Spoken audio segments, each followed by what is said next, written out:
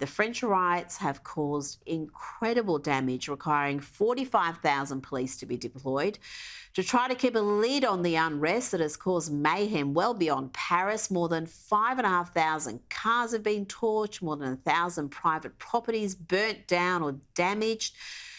250 police stations attacked. Kosha, the racial and political divisions here are undeniable, and this uprising, calling it a riot is almost not giving it its due, because it is incredible. We've seen the weaponry, the violence, and just how widespread it's been. It really is, and people are likening it to the summer of 2020 in the U.S. There's certainly ingredients in there, and I think in all those cases, it's, again, a combination of a couple of factors. So there is that racial undertone, and really the outcome of immigration at the quantum and speed with which it's happened in the last half century, unlike any other time in human history.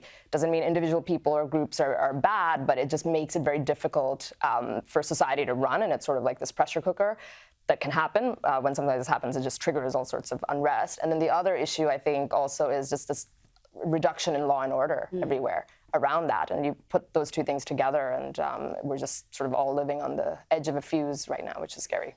Well, hopefully they will, I think it's 5 days in now, they're going to be able to dampen down this uprising. But we're seeing some frightening scenes, some of the locals arming themselves and fighting with the rioters, all sorts of situations that could lead to loss of life. It really is quite frightening. And I've been surprised by how little interest the world's media has shown on this. I mean, this is enormous, to see a country that is so deeply impacted by an uprising like this, and because it's the far left or certain racial groups. I mean, I'm sure if it was far-right activists causing that kind of damage, attacking 250 police stations, it would be on the front page of every publication around the world. It's true. I think the lack of media coverage is fascinating. You just always, in a way, it's not surprising, because we know the media generally has an agenda and they're in the game of influence rather than reporting. But you do have to ask yourself why